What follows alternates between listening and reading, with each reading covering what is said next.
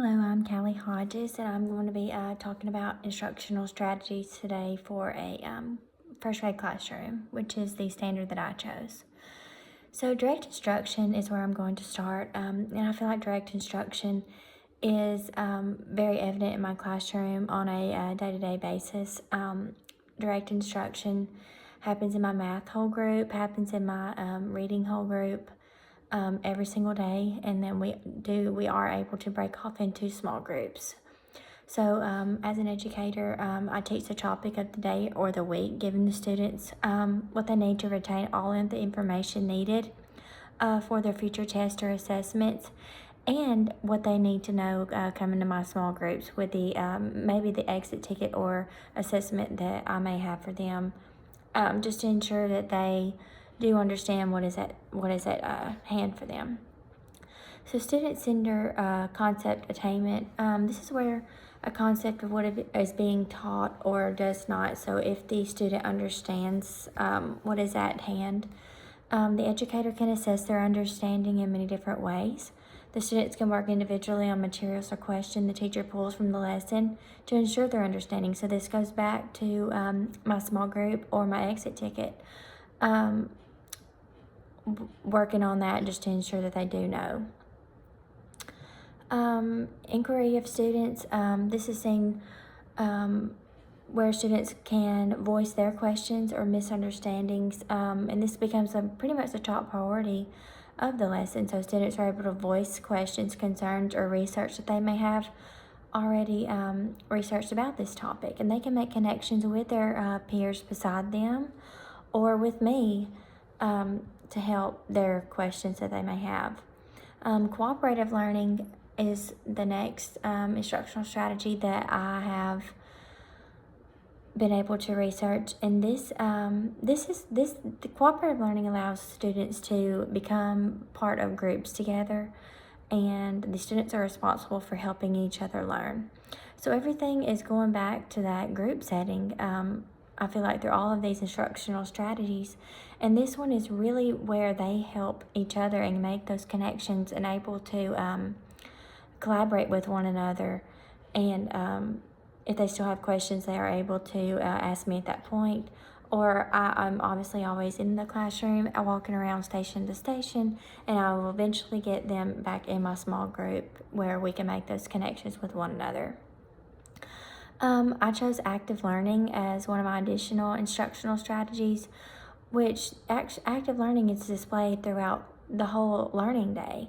But active learning allows the students not to be stationary at their seat, allows them to always be, I wouldn't say up and going, but being able to turn to their partner, turn to me, talk to me, make connections with me, where we're not just always stationary, having manipulatives in our hand if we have a math problem. And then I also chose differentiated instruction, which I think is very, very important in the instructional setting, which is where I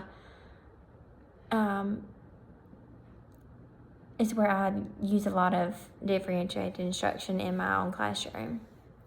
I've taught for 3 years. I do have students that do learn at different paces and at different rates. So it may take in differentiated instruction by me, just for those struggling students to understand the topic at hand, and that is okay. I tell them that they are just as important learners as anybody else in the classroom, and that it's okay if they take longer to understand a topic, that they are going to understand it, and that everybody learns at different paces. So for my struggling students, I am ensuring that they may get that just a few extra time with me. For my writing objective, I chose to utilize the writing process to plan, draft, revise, edit, and publish writings in various genres. So since we started school in August, we have been able to go through different genres of different stories and begin our writing process. So we have really done a lot of adjective describing writings. So instructional strategy example 1 would be planning and time. So planning for my class is just very important. So planning, they can plan out what they're going to write using ClusterWeb, or making a list of how they want to describe a person. We have described a pumpkin back during Halloween. And I do believe they should be given ample enough time to make sure that their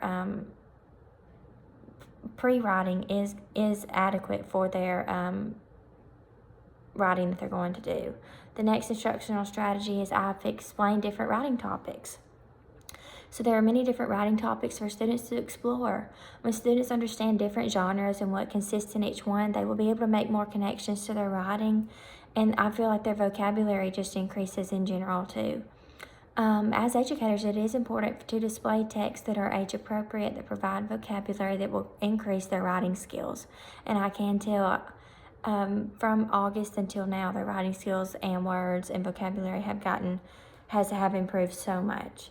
And my last instructional strategy for writing would just be penmanship, spelling, and sentence structure. I did teach kindergarten for 2 years, and I do understand that as a kindergarten teacher, it was my responsibility to show my students how to hold a pencil, how to make the correct letter formations in order to get them ready for first grade. And as a first grade teacher this year, I can see that they had to start with a simple sentence, and if they didn't know how to write or make the correct letter formation, they would have never learned how to make that simple sentence at the beginning of the year. And now my students can write a full paragraph and on. So it is my job to help and aid the students that need guidance, though. So I still have my struggling students that need guidance, and that is my job to be the accommodation that they may need. Thank you.